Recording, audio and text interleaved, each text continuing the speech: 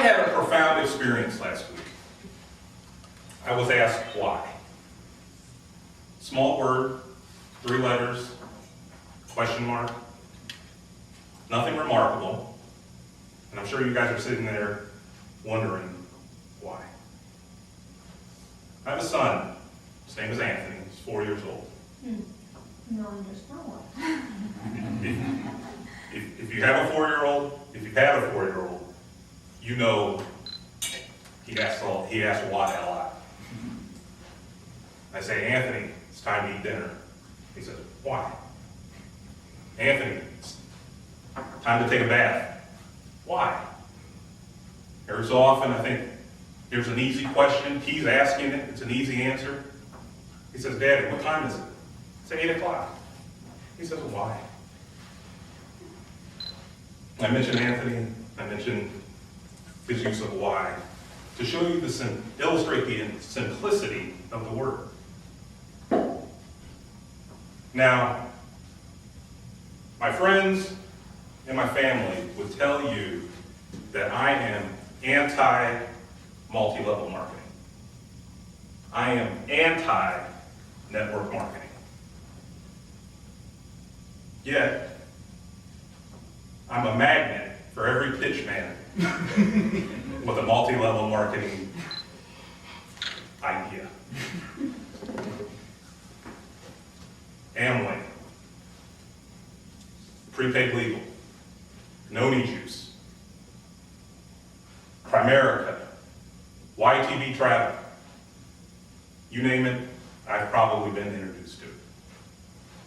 Standing in the mall, waiting for my wife while she's shopping, while working in a grocery store, while walking down the street and just making eye contact,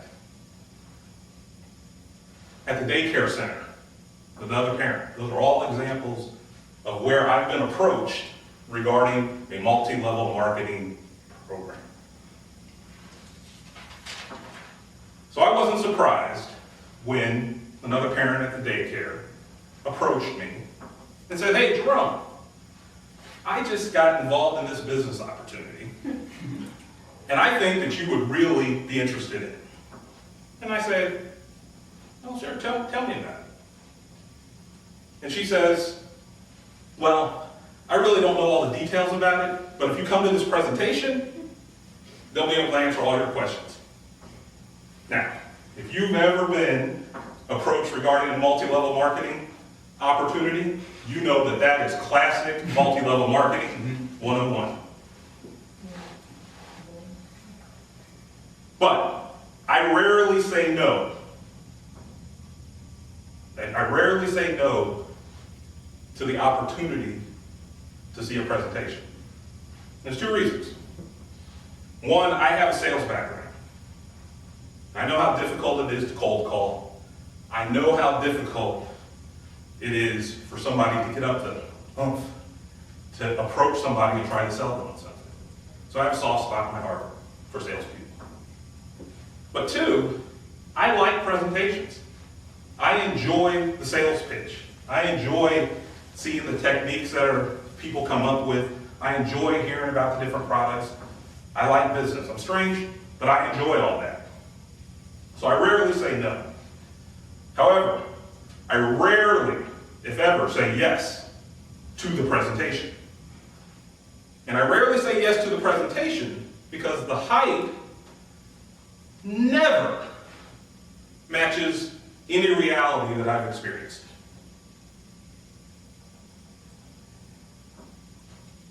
If you've ever seen one of these presentations, they will tell you that you will make $50,000, $60,000 a month. All you have to do is sell 5 people, and they sell 5 people, and then they sell 5 people. Before you know it, you'll have 1,000 people in your downline. You'll be making residual income until the cows come home. You're rich behind, and you can do it all part-time. You'll be in the big-time sellers club. You'll be climbing mountains with the president of the company.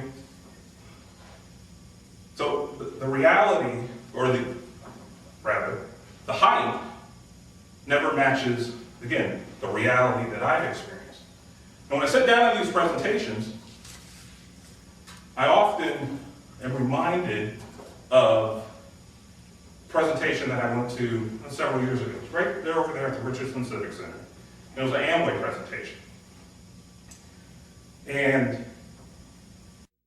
the guy that introduced me, or invited me, he was tenacious. He said, Jerome, you got to come see this. You got to hear this guy. We have an expert speaker, like one of the best sellers. He's coming to talk. I want you there. Get there early. I want you in the front row. So I said, okay. Got there early. Was in the front row. Sat down, and I've been over there. There's a stage there. The stage came up right to my chest. So I had a good view. This guy comes out. He's speaking. He's telling me about Brother Ruth. I'm making all this money. I got this nice fancy watch. I got a big house. I go on expensive vacations. Last week, climbing Mount Everest with the president of the company. Turns out, I'm looking at this guy, he's got holes in his shoes. That's a true story. The hype did not match the reality. So I go to the presentation I was invited to last week. I go to the presentation. Turns out it's a little different. Small group, myself, my wife, the couple that had invited us, another person, and the presenter. He comes out, he does his presentation, slideshow, PowerPoint. It was overhyped, but okay. He answered all the questions that we had. He had a little question and answer at the end. Answered all the questions that we had. And then he asked a question. He says, Jerome, what is your why? I probably looked at him like my 4-year-old was at me.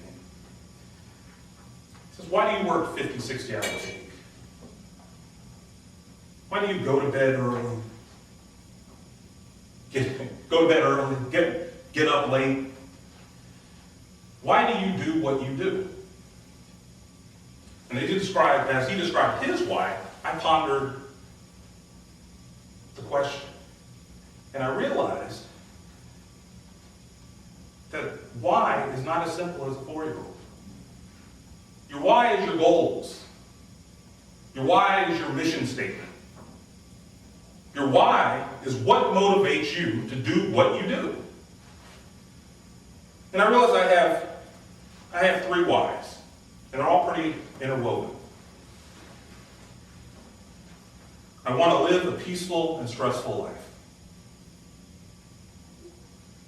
I want to provide my wife and my family with all the things they want and need. And I want to play golf whenever I want. And like I said, they're all interwoven. My wife is happy, I got peace at home. If I'm playing golf, which is the most relaxing thing I do, little to no stress. So I was challenged to find my why. And I found it, and I've written it down. And my challenge to all of you is find your why and live it the best you can.